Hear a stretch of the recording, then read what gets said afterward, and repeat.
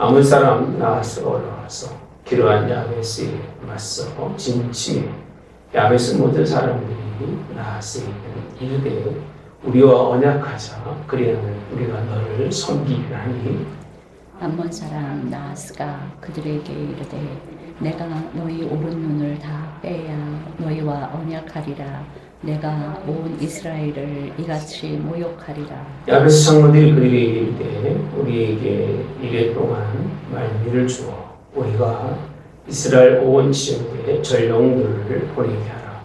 만일 우리를 구원할 자가 없으면 내게 나아가리라 하니라. 이에 전령들이 사울이 사는 기브아에 이르러 이 말을 백성에게 전하매 모든 백성이 소리를 높여 울더니 같이 봅니다. 마침 사울이 밭에서 소를 몰고 오다가 이르되 백성이 무슨 일로 우느냐 하니 그들이 야베스 사람의 말을 전하니라. 오늘은 여러분과 함께 3장 11장입니다. 제가 오늘 성경을 쭉 보면서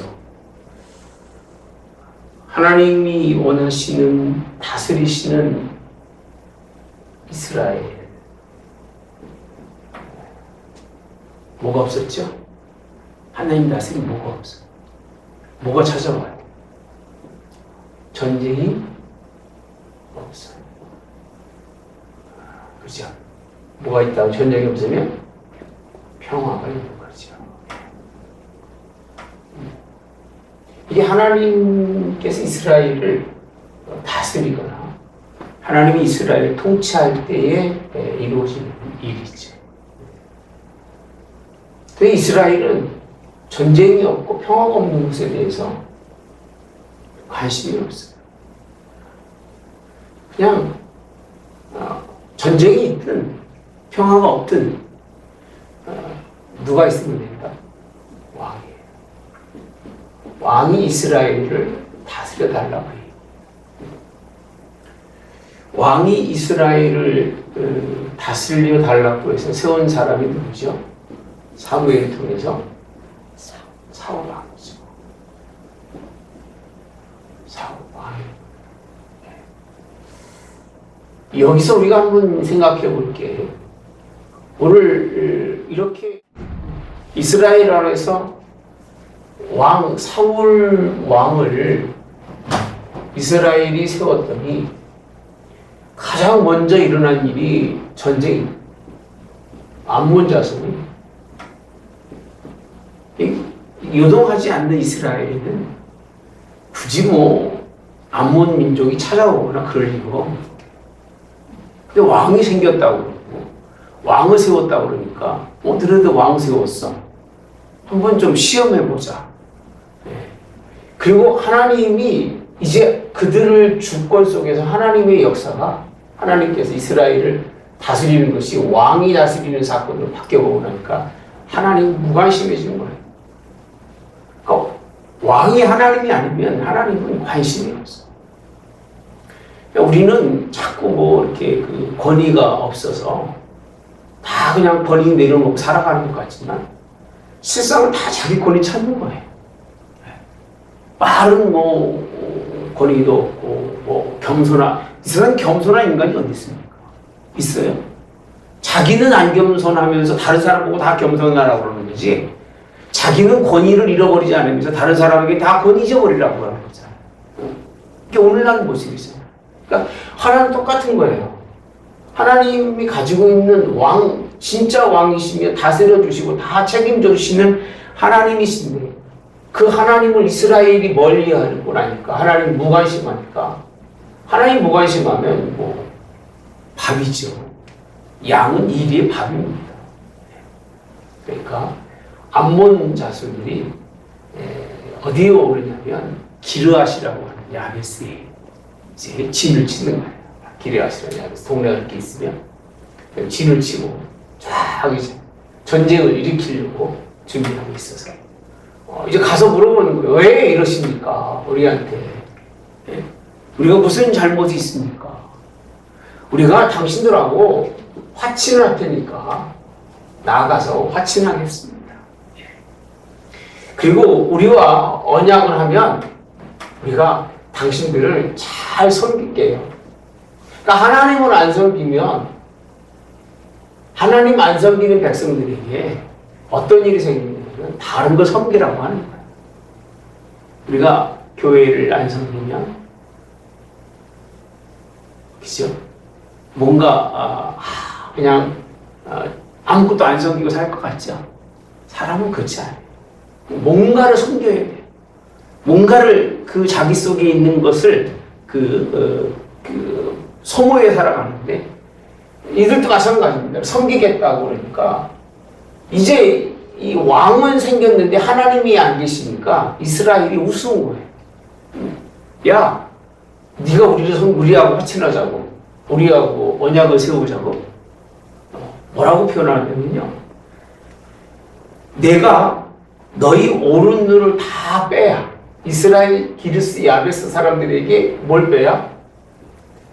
오른 눈 한쪽을 다 빼야.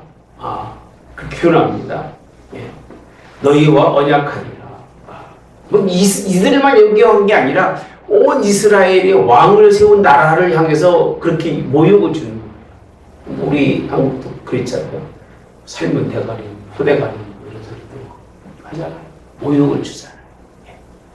모르세요? 옛날에 북한에서 그렇게 모욕을 주는.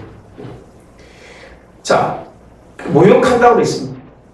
그런데 이 모욕이라고 하는 표현이 상당히 하나님은 가슴 아픈 거죠. 내 백성인데 내 백성이 오른 눈을 다 빼야 지금 화친해서 가겠다고 당신들을 섬기겠다고 그러는데 야, 너희들 우리를 섬겨. 그래, 나를 섬기려면 네 오른 눈을 다 빼고 오면 내가 혹시 받아줄지 몰라라고 그렇게 모욕이 아니에요. 모욕이잖아요. 이 모욕을 주는 이런 모습을. 그래서 야베스 장로들이요, 이래 동안 말미를 달라고 그러고, 이 야베스 장로들이 이스라엘의 온 지파들한테 이제 보냅니다. 이런 사건들을 쭉 전하니까 이걸 들은 이스라엘이요, 모든 백성이 울면서 이거 큰일 났다. 다 눈을 빼라고 그러는데 이제 이스라엘 백성들이 다 눈 빠진 백성들일 수밖에 없겠구나. 그 얼마나 치욕적인, 그 치욕에 막 분이 나서 이제 울면서 이제 울고 있는데, 마침 이제 사울이 왕은 됐는데 뭐 할 일이 없잖아요.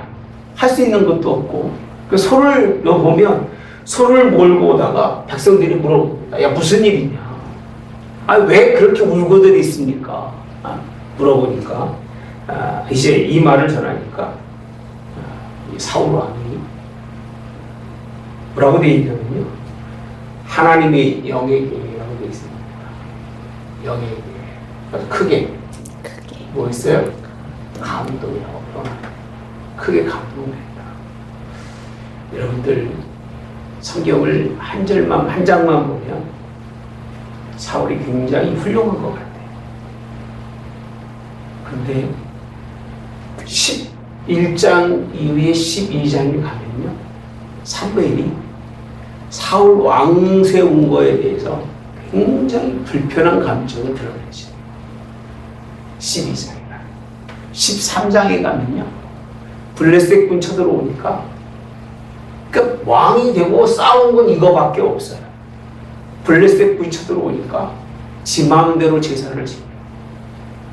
그러면 왕이 돼서 그 사건까지가 사울 왕이 된 다음에 블레셋이 왔을 때까지 기간이 얼마나 될까요? 암몬을 이기고 난 다음에 블레셋이 오고, 그렇게 긴 시간은 아닐 거예요. 긴 시간이 아닌데, 아님에도 불구하고 사울이 하는 짓은 그때부터 뭐라고 표현하느냐면요, 사무엘이 내가 이제는 너를 버렸다. 그리고 한번 가볼까요? 13장에 보시면 쭉 넘어가서 보시면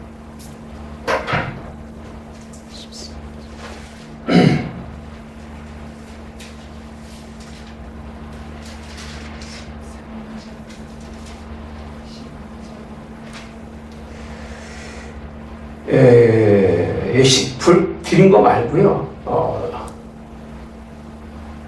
자, 14절에 가보시면 지금은 왕의 나라가 길지 못할 것이라 여호와께서 왕에게 명령하신 바를 왕이 뭐하지 않으세요? 지키지 아니하였으므로 여호와께서 그의 마음에 맞는 사람을 구하여라고 되어 있어요. 여호와께서 그를 그의 백성의 뭐로 삼으셨어요? 지도자로 삼으셨다라고 되어 있어요. 삼으실 것이라가 아니라 이미 하나님은 삼으셨대. 이게 그럼 결국은 사울 왕이 되고 난 다음에 하나님이 그를 버리는 시간은 아주 단기간. 제대로 싸운 게 뭐냐면 이 암몬과의 전쟁밖에 없어요.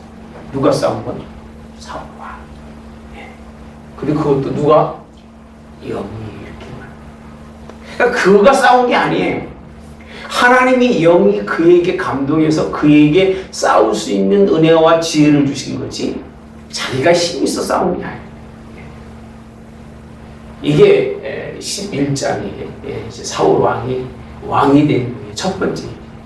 그러면서 이제 한 결의에 소를 잡아 각을 뜯고 이스라엘 모든 지파에 보내면서 이렇게 표현하죠.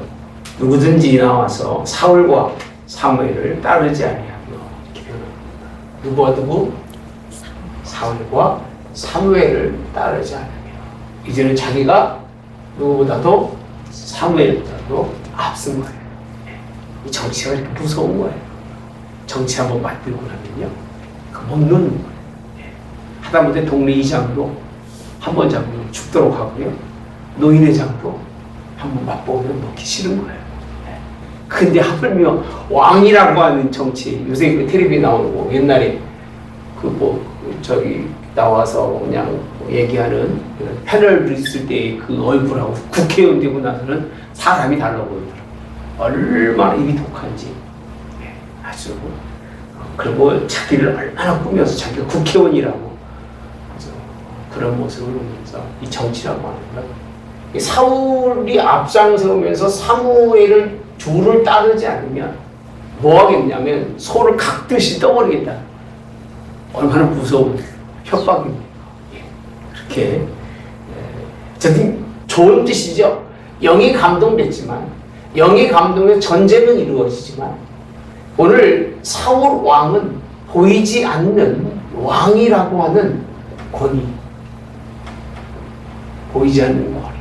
그러니까 하나님의 권위를 이어받은 자신이 큰 권위를 가져서 소 각듯이 자기 말을 안 들으면 사람도 뭐 할 수 있는? 뭐 할 수 있는? 이와 같이 하리라 각을 뜨리라고 하는 이런 무섭고 어마어마한 이런 겁을 주고 있는.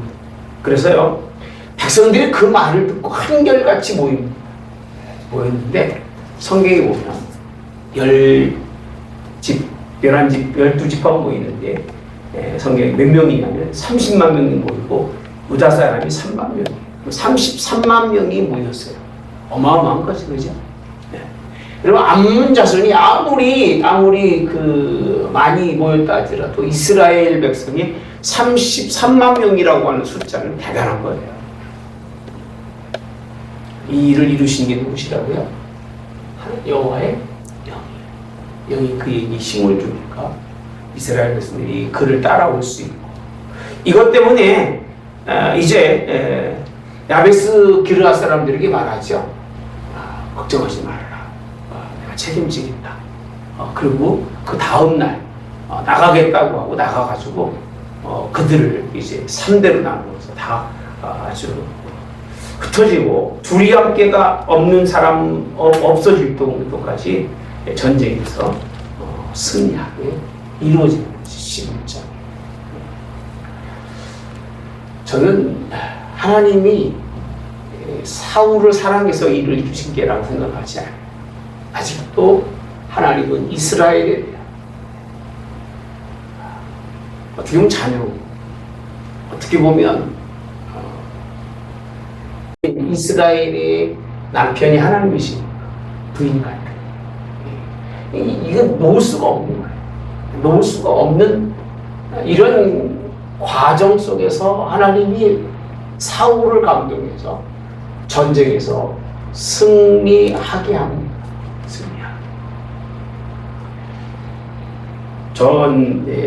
이 전쟁의 승리가 진짜 위기를 이긴 거지 진짜 승리는 아니에요.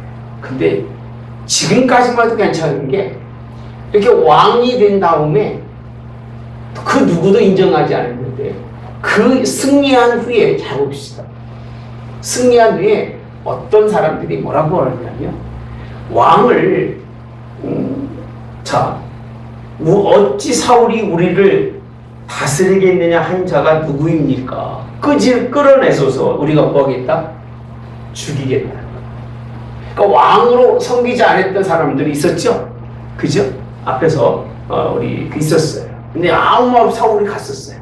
그러니까 지금 이제 기회가 됐으니까 참 이렇게 아부하는 사람들이 있다. 왕이 되고 나면 딸내미들이 있어. 지금도 정치 딱 한번 머리 쓰면 딸내미들 쫙 붙어 다니잖아. 그죠?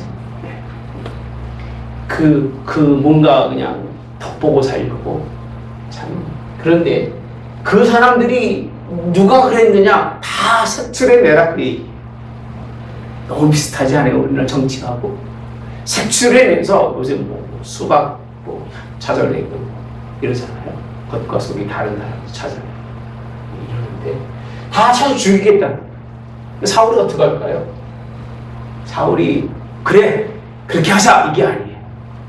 성경이 오늘 전쟁에 승리했으니까 이 전쟁의 승리를 위해서 그 누구도 뭐하지 말자 죽이는 일이 없도록. 그래서 13절에 보면 이날에는 사람을 죽이지 못하리니 여호와께서 오늘 이스라엘 중에 구원을 뭐했다?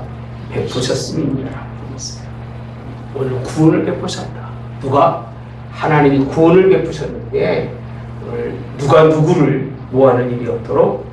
죽이는 일이 없도록. 그 사울 왕이 첫 번은 아주 단추로 착 끊어요. 민생을 위하고 국민을 위하고 하나님을 위하고. 근데 보이지 않는 자기 자신의 자아, 이걸 앞세우는 사람은 결국은 또 이게 앞세우지 않으면 왕이 안 돼요. 정치하는 사람들이 자기를 앞세우지 않고 정치하면 누가 따라오겠습니까? 리더십이 강하지 않아요. 이건 당연한 일인데 하나님은 그래서 왕이 필요 없는 것이고 그래서 교회는 그런 사람이 필요 없는 거예요. 그래서 큰 교회 되려면요 목사가 독해야 돼요. 아주 끊고 맺는 걸 잘하고 이래야 되는 거지. 이 리더십이 없이 시켜먹지 않고 부려먹지 않고서는 이 리더십을 발휘할 수가 없죠. 이게 교회 중에 하나입니다. 여러분, 그러면 여기까지 보고 사무엘이라고 하는 사람과 오늘 성경에 사무엘이 드러나요? 안 드러나요? 자, 14절에 보면요. 사무엘이 백성들에게 이르되 오라 우리가 길갈로 가서라고 되어 있어요. 사무엘이. 지금까지 아까 사울이 사무엘을 얘기하고 있을 때 사무엘이 있었을까 없었을까? 있었어. 그래서 따르라는 거예요. 그러니까 이 성령에 감동되는 일과 하나님의 전쟁 속에 사무엘이 있었는데 사무엘은 감춰진 거예요. 드러나지 않는 거예요. 그리고 이제 이 사무엘이 진짜 왕을 온전한 왕으로 기름 부어 세우기 위해서 나라를 세우기 위해서 어디로 가자? 길갈로 가서 여호와 앞에서 사울을 왕으로 삼고 길갈에서 여호와 앞에 뭘 드렸어요? 화목제를 드리고 사울과 이스라엘 모든 사람이 거기서 크게 사울과 이스라엘의 모든 사람이 뭐하더라? 기뻐한다. 근데 누구는요? 사무엘. 또 누구는? 하나님. 기뻐하셨을까요? 예? 그게 12장을 안 보면 기뻐할 것 같아요. 그러니까 막 그러잖아요. 지도자를 세우고 기뻐해야 되고, 지도자를 세우고 우리가 뭐 영광을 돌려야 되고, 그렇게 얘기하는데, 사실은 온전한 지도자가 아니면 세우기는 손인 거예요. 예. 왜? 그게 하나님이 원하시는 일이 아니면, 인간이 만들어 온 그런 제도 속에서 만들어 놓은 일하는 일꾼들은 아무 가치가 없어요. 예. 뭐 의미가 없잖아요. 예. 그러니까 이제 사무엘 12장에 가서 잠깐 미리 말씀드리면, 자기 허물을 얘기하는 것처럼 얘기하지만 나중에 가서는 사무엘이 내게 무슨 허물이 있으면 빨리 얘기하라. 아무도 없다고 하니까 그때는 막 담대하게 얘기하고, 누구를 책망하는 거면 사울을 책망하고 이스라엘을 책망하는데 그 기뻐하는 이들에게 사무엘이 책망하고 있는 모습을 보는데, 자, 이렇게 11장은 끝나지만 기르한 야베스라고 하는 이 지역과 누구는요? 사울은 어떤 관계인가? 우리 공부자 알 거예요. 11장에 기르한 야베스가 어떤 사람들이었죠? 옛날에 공부했을 거예요. 베냐민 지파가 다 죽어서 600명밖에 안 남았을 때 여인들을 어디서 데려오냐면 기르한 야베스에서 척추를 해서 약 400명의 여인들을 이 베냐민 지파에게 줍니다. 그럼 베냐민 지파는 사실은 기르한 야베스가 아니었으면 뭐가 안 돼요? 예? 후손 생존 능력이 없는데 그들이 그렇게 도움으로 말미암아, 그래서 기르한 야베스하고 베냐민 지파하고는 이 끊을 수 없는 관계, 굉장히 끊을 수 없는 관계. 그 관계성을 잃어버리지는 않아요. 그럼 마지막 사울이 죽었을 때도 그 갇혀있을 때 기르한 야베스 사람들이 밤중에 몰래 가서 사울과 아들 베냐민의 시체를, 요나단의 시체를 이제 가져다가 장사지내 이런 일들을 하는 것이 기르한 야베스와 사울의 관계이기 때문에 어떻게 보면 사울이 그렇게 자기하고 직접적으로 굉장히 깊은 관계를 가졌던 사람, 그들을 돕는 것은 인간적으로 인지상정 마땅한 일이었죠. 마땅한 일이었던 것을 우리가 말씀을 통해서 볼 수 있습니다. 많이 오면 좋을 텐데 그래도 적게 와서 저도 힘이 빠지네요. 이게 우위라든지 이게 사랑이라든지 이런 부분이니까 편협적이라는 거예요. 그러니까 사울이 그 행한 모든 일들이 정말 하나님이 기뻐하시는 그런 모습이기보다 이런 일들은 왜 하나님이 없이는 전쟁이 있다 없다? 있다. 하나님을 왕으로 세우지 않고서는 전쟁이 찾아올 수밖에 없다. 그리고 이어지는 게 이제 13장에 가서 시작되는 게 블레셋과의 전쟁. 블레셋과의 전쟁. 계속 전쟁이에요. 다윗의 때가 이제 그 모든 전쟁을 승리하고 다윗은 블레셋을 하죠. 그 주변의 모든 암몬족 소리든 뭐든 다 통합을 하잖아요. 승리하고. 뭘 이루어가죠? 평화를 이루어가는. 이게 그리스도인들이 그게 아닐 것 같아요. 원리입니다. 이런 모습이 아닌가 이렇게 생각을 해봅니다. 우리는 이 본문의 말씀을 통해서 하나님이 세운 후에 하나님이 왕이실 때는 전쟁도 없다. 그러나 사람이 왕이 되면 싸워야 돼요. 다퉈야 돼요. 어지러운 일들이 생긴다는 걸 꼭 기억하시고, 어쨌든 이렇게 모욕하는 이들을 사울이 이기게 하지만 그 결과로 봐서는 그렇게 큰 좋은 결과지만 하나님께서는 합당한 결과가 아니었다. 하나님이 뭐 하려고 맘만 먹으면 다 하셨을까 못 하셨을까? 네? 뭐 능히 하셨고 이것도 누가 하셨다? 누가 하셨다? 하나님의 영이 어떻게 크게라고 되잖아요. 크게 감동하지 않으면 아무 일도 할 수 없을 텐데 하나님의 영이 그에게 신이 감동해서 이 일을 할 수 있고 그도 좋은 모습이 있다. 사람을 죽이지 않고 관용하는 모습이 그 마음 속에 그나마 하나님이 무슨 모습으로 선한 모습으로 볼 수 있고 또 끝까지 이렇게 이 승리 후에야 사람들은 왕으로 모신 그러니까 뭔가 보이지 않으면 왕이 안 돼요. 사무엘은 보인 것이 없어도 일평생 보이지 않는 전쟁에 승리했지만 이는 이렇게 왕은 큰 확대되고 자신 때문에 이루어진 큰 전쟁이 자신 때문에 생긴 큰 사육과 그런 고통의 아픔에 자신이 나가서 이겨놓고 대단한 사람인 거냐 드러내요. 우리 어렸을 때 그 보사성어 중에서 한자는 생각이 안 납니다만 그런 내용이 있어요.